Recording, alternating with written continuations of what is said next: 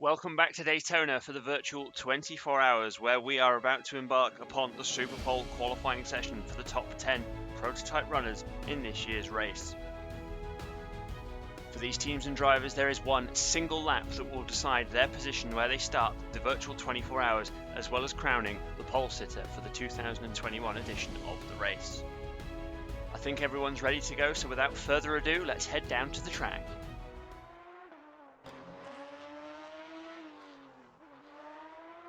So first out on track is Adrien Simon, the 2016 Formula Virtual World Champion, as well as the driver, one of the drivers in the number 22 DHL Porsche Team Mattershore car for this year, the Porsche RS Hybrid with that singing flat 6 engine. Qualified, of course, or finished, of course, 10th place in the first qualifying session for the prototypes, only getting in by less than a tenth of a second. But Adrien Simon is here, so it'll be interesting to see how he can get on with this run. Just warming the systems up, warming the car up, getting round the banking here. They through Speedway 1 and 2. Once we get this first lap underway and under our belts, it is going to be fast and frenetic throughout, as the cars will come thick and fast. Their outlaps will coincide with the inlaps of the other drivers, so we'll be able to see plenty of action over this next quarter of an hour or so. Adrien Simon just making his way through the bus stop chicane and on to Speedway 3 and 4. We're going to run all the way around all of these laps, going through around this massively impressive racetrack. So Simon coming now out of Speedway 4 on to the front stretch, heading way on to the tri-oval where his lap will start. Making his way, and we of course don't know what a one-lap pace will be here. On board with Adrien Simon, eyes focused to good turn in through turn 1 and then through the slalom of the right-hander, then the left-hander of 2 and 2A, braking hard into the International Horseshoe at turn 3. Holding the car as tight as you can until the exit, where you can use a little bit of that extra space in the runoff to get your way into the best position, punching off the corner through the kink on the left-hander at turn 4. Braking hard once more. It's turn 5. It's the second of the horseshoes, the southern hairpin on the circuit. A bit very similar, but then actually a little bit off camber as you head down towards the short chute, towards turn 6, the crucial part of the track, where you're making that transition from the infield section, the roval section of this Daytona International Speedway, on to the first of the two huge straights, essentially, with Speedway 1 and 2 merging on to the backstretch as Simon emerges from turn 2 now. So his first sector was a 47.5. Of course, that's going to, with all the different cars and the vagaries of the systems, that's going to be a pretty arbitrary statement until we know the other times. But heading through the bus stop chicane now, out again, nice strong exit. The Porsche punching out with plenty of torque, heading on to Speedway 3 and 4. Just the long run now through these bank turns and on to the front stretch once more, passing by the pit lane on the left hand side as we head now in to the tri-oval. What will the lap be? It's a 1:35.067. Adrien Simon provisionally fastest as it stands, of course, due to the fact he's the only runner, but we'll soon find out whether or not that benchmark is actually going to stand for very long at all.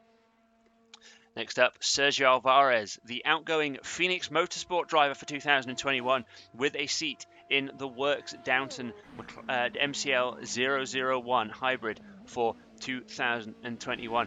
Going through that first corner there, you saw hard on the brakes, just a little bit uneasy, having to take a couple of bites of the cherry, turning in.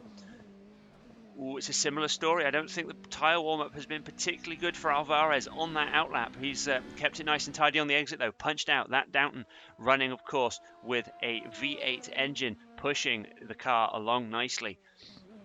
Under braking for that southern hairpin. Brakes very late there, right at the change where you get the motorcycle course turning on the right-hand side. Nice punchy exit now, back on board with Alvarez. Braking where, once again, one of the other layouts deviates from the 24-hour layout, heading now on to the banking. So what have we got? We've got a 48.1. It's 0.6 of a second off Adrien Simon's time going through that first sector, the infield section. But these cars all have very different strengths and weaknesses. Sergio Alvarez now heading onto that long, sweeping backstretch. Hard on the brakes now as you head to the left, then the right of the bus stop chicane, and then another right, then left, making that transition from the flat of the bus stop onto the banking of Daytona International Speedway through Speedway 3 and 4. We'll get 2 splits in quick succession now. Sergio Alvarez coming through here. And it's just about to come up to it now. It's by that synergy border, 127.851. That's about half a second off what we saw from Adrian Simon. So let's see what he gets. It's a 135.556. That is just under half a second slower than Adrian Simon as it stands. Next up, Victor Rosberg making his way just out of the bus stop chicane there through the final 2 bank turns of this race course. Victor Rosberg, of course, been really impressive. Got right up there in free practice 1, and indeed was the fastest driver of the Cadillacs throughout test week as well, making his way through the thundering V8, the V8 of the Cadillac engine. Absolutely, the noise is absolutely incredible. Hard on the brakes, a little bit wide going into turn 1, but means he can then shorten that exit through over the curbs, cutting a little bit of turns 2 and 2A. Hard on the brakes into the International Horseshoe. Oh, it looks like he's rushed it a little bit, outbraked himself ever so slightly, but he can use that runoff on the exit to make sure it's not too much of a problem for him as he heads past the Ferris wheel on the left through the left-hand kink in the number 56 Cadillac Grey Autosport car. Hard on the brakes into the Southern Horseshoe as well. It looks nice and tidy so far from Victor Rosberg. I don't think he's driven many better laps than this. Nice and hard on the brakes. It's a little bit wide again, but you can afford to be wide as you push it as hard as you can. Getting on the power early, making the most of it. A 47.224. He's 0.3 of a second up on Adrian Simon through the first split as we now head through Speedway 1 and 2. This is a great lap so far from Victor Rosberg. It remains to be seen how well he can do with this, but certainly the first part of this lap looks like it's a great run from the number 57 Cadillac. Nice and tight. That's number 56 Cadillac, sorry. Heading now nice and tidy through the bus stop chicane, and now on to only the Speedway 3 and 4 sections. It's a fearsome piece of track, even on your own, as you are flat to the boards. The G-forces you experience from the banking are quite sensational. Past the synergy board, it's a 126.9. It's the fastest we've seen so far through there. And what will the lap time be? A 1:34.93, and Victor Rosberg is indeed now the fastest man so far of the 3. Next up, Stuart Harrison in the Medexic Racing Porsche, the only car in the Prototype AM category to make it through to the Superpole Shootout session. What can Harrison do? Of course, beating out Adrian Simon in identical machinery, an impressive performance in itself. Let's see what Harrison can do. Going through turns 1 and 2, 2 and 2A. Nice on the brakes. Looks like he's a little bit closer to the apex than a lot of people have done. Rushing the entry a little bit gets you that time on the way in, but will it sacrifice pace on the way out? It remains to be seen. Heading now through the left-hand kink. Nice and safe away from that curb. Hard on the brakes now into the Southern Horseshoe. You can see the brake rotors glowing in the Porsche RS Hybrid on the front there. The car absolutely being pushed to its limit. Again, hard on the brakes, those brakes glowing red once more as he makes the transition from infield to outfield onto the super speedway. It's a 47.798. It's a couple of tenths slower than Adrian Simon in a similar machinery. It's half a second away from Victor Rosberg. So Stuart Harrison here, not with a brilliant lap in the first sector at least. Through the rest of the lap now, it's all about the pace of the car and, of course, how you can negotiate this. The bus stop chicane, bumpy on the way in, bumpy on the way out, difficult off camber throughout as you head back on to the super speedway. So it might only be 4 corners, and it might only be a small portion of what you think is the most difficult part of the circuit compared to just running along these long banked corners and the straights. But it can make or break an awful lot of time. The exit is crucial as you go through. A 127.8 through that split. I don't think this is going to be a brilliant lap time from Stuart Harrison. A 135.615 sees Harrison go into 4th position overall. Next up, Jean Matson, defending champions Campos Motorsport in their Tauro V8 prototype, resplendent in the red and yellow colours of the Spanish nation. Jean Matson, the fastest driver so far, qualified the car last year if I remember correctly, and did a fantastic job in leading that team to victory last year at the Nürburgring Nordschleife. Now, Jean Matson has a chance to do something similar today. Heading nice and tidy into the International Horseshoe, gets on the power okay, it would appear, on the exit. Going through the kink now, nice and strong, and be careful not to run just a little bit too wide on the exit. You can clip the grass quite easily there, and which will obviously sacrifice an awful lot of lap time. Running all the way out to the curb on the second hairpin there before hard on the brakes. Once more, fire spitting out of that V8 prototype, the Tauro engined car, running absolutely brilliantly once again this weekend. A 48.4. It's the slowest time we've seen so far, but that's not the section of the circuit where the Tauro's strengths truly lie. It has been one of the quickest cars throughout the speed traps all weekend. So let's see what it can do as it opens the taps onto the long straights here at Daytona before hard on the brakes going into the bus stop chicane.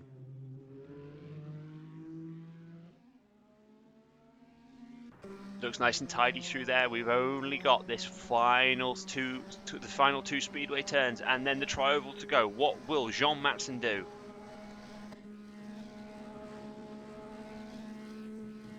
A 127.1. It looks pretty good through there. Let's see what he gets. It's a 1:34.583. That's only good enough for second, but that is still absolutely fantastic there from Jean Matson. Next up is Arden Hutchinson in the number 5 Sapporo Nacli Nissan racing car. Arden Hutchinson, the Austrian driver, was a pace setter throughout the first part of the qualifying session. So let's see what he can do when he's got one lap on his own to maximise the performance of that Nissan. Coming through turns 1 and turns 2, looks pretty good so far. Hard on the brakes, a little bit of a bobble on the way in. You can see when he hit one of the bumps in the braking zone. On board now with Hutchinson, going past the Ferris wheel and Lake Lloyd on the left-hand side. The crowd absolutely packed for Superpole Day. Through the left-hand kink, braking hard once more. Looks nice and tidy actually from Arden Hutchinson. Gets right onto that curb, pushes nice and hard. Hard on the brakes once more, before giving those brakes a bit of a rest as they head all the way around Speedway 1 and 2. It's a 48.359, a little bit up on Jean Matson, but again, the Nissan, one of these grunt and go cars, not necessarily the biggest fan of going through the tight twisty infield, but once you open the taps and let it out loose onto the speedway and onto the banking, it's absolutely incredible. Hard on the brakes at about 250 yards before the corner. 250 feet before the corner, sorry, going through the bus stop and back on, emerging to the speedway banking. Let's see what this benchmark from Arden Hutchinson can be.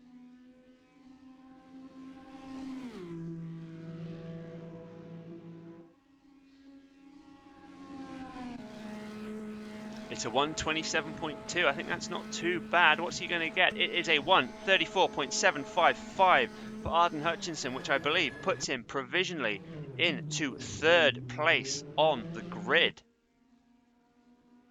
Next up, Daniel Brunner, the sister car. That was the number 4. This is the number 5 Sapporo Nacli Nissan racing car, rather than the Sapporo black livery.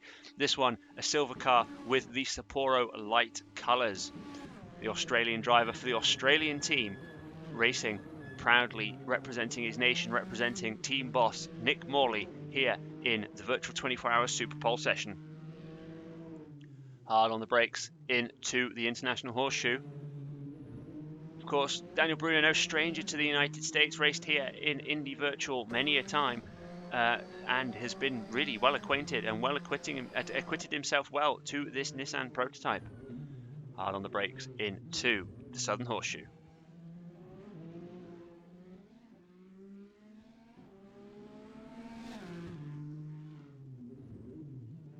Making his way now on to the banking. Let's have a look at his first split.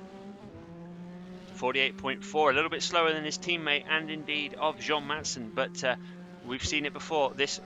We've seen it previously with Hutchinson. This car loves the straights, eats them up for breakfast, and should be a strong competitor as we go through the rest of this lap.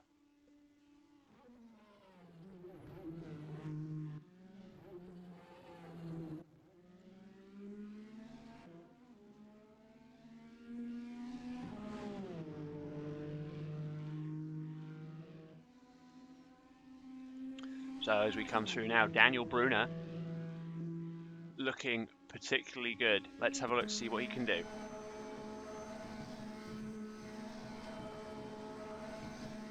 It's a 1:34.859, a fantastic lap there from Daniel Brunner.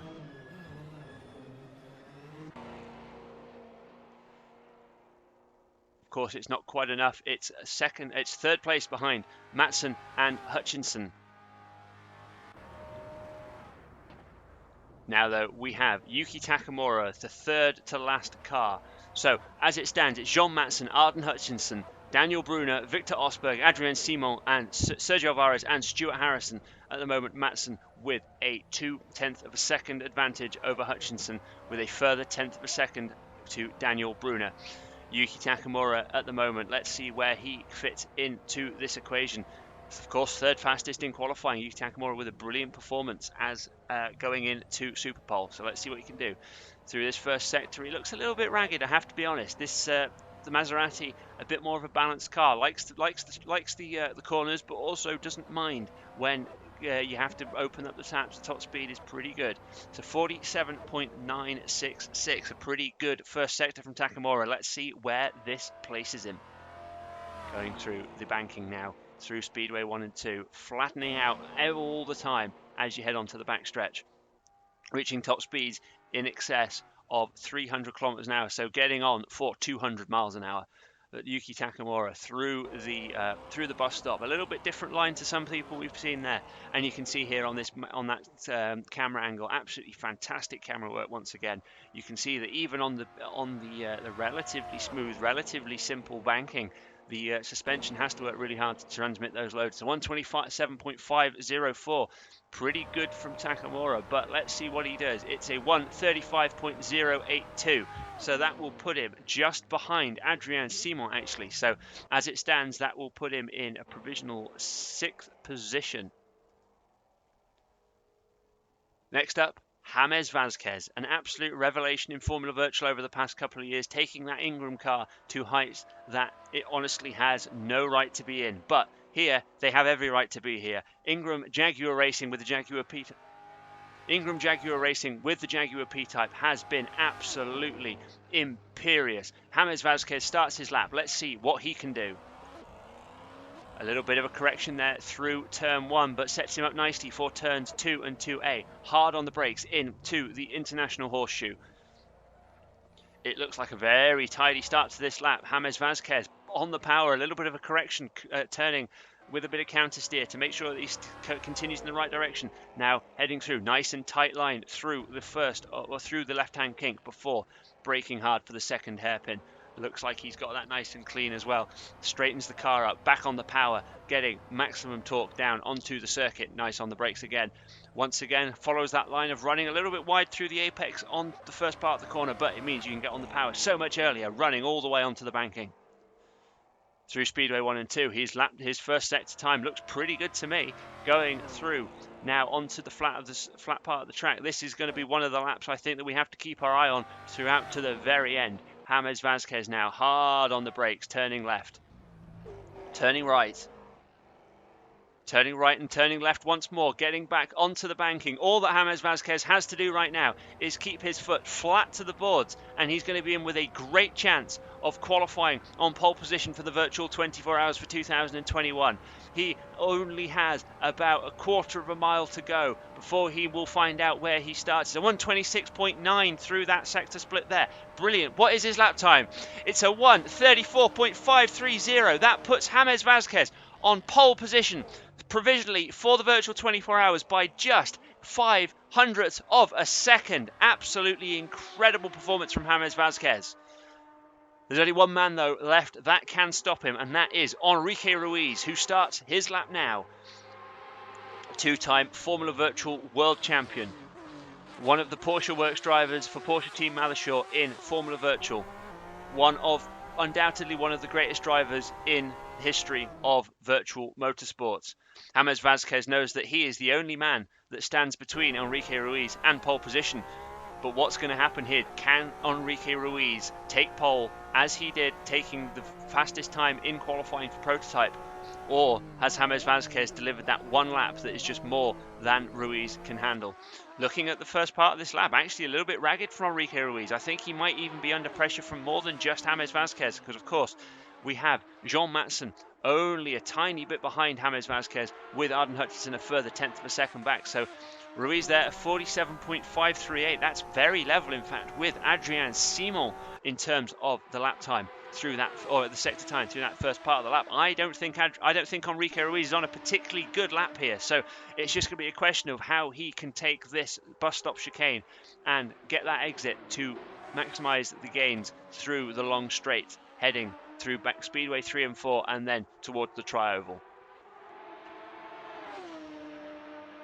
Through Speedway 3 and 4 now comes Enrique Ruiz. This is absolutely crucial. Who will be on pole position? At the moment, it's James Vazquez who is fastest, followed by Jean Matson in the Tauro defending champions. What can Enrique Ruiz do? It's a 1:34.814. It's not good enough. He's only fourth.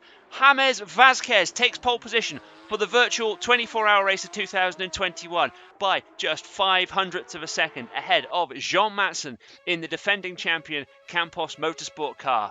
Arden Hutchinson will start third place overall in the number 4 car for Nissan, while Enrique Ruiz only good enough there for fourth position in the number 21 Porsche. Daniel Brunner will start the second of the Nissans in fifth position in the number 5 car, while Victor Rosberg, another strong performance from him, sixth position overall, starting the number 57 car. Adrien Simon will be seventh on the grid in the number 22 Porsche, alongside Yuki Takamura in the number 27 Maserati. Sergio Alvarez in the Downton MCL 001 number 13 car will be ninth, while Stuart Harrison in 10th position overall in the 23 Medexik Racing Porsche will also take pole position in the Prototype AM category.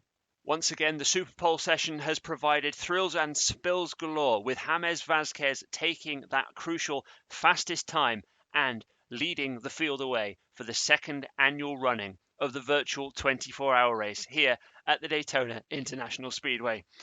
The defending champions couldn't quite take pole, but Jean Matson will line up alongside in the number 1 Campos car, the Tauro V8 prototype, proving once more that it has the pace to be among the front runners here.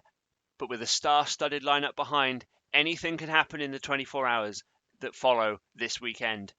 Well, there is a warm-up session, 20 minutes for each of the cars, just to do a systems check and make sure they're ready for this endurance test. But a grueling 24 hours awaits, and that's it. That's all that stands between them and glory at the virtual 24 hours for 2021. We'll see you then.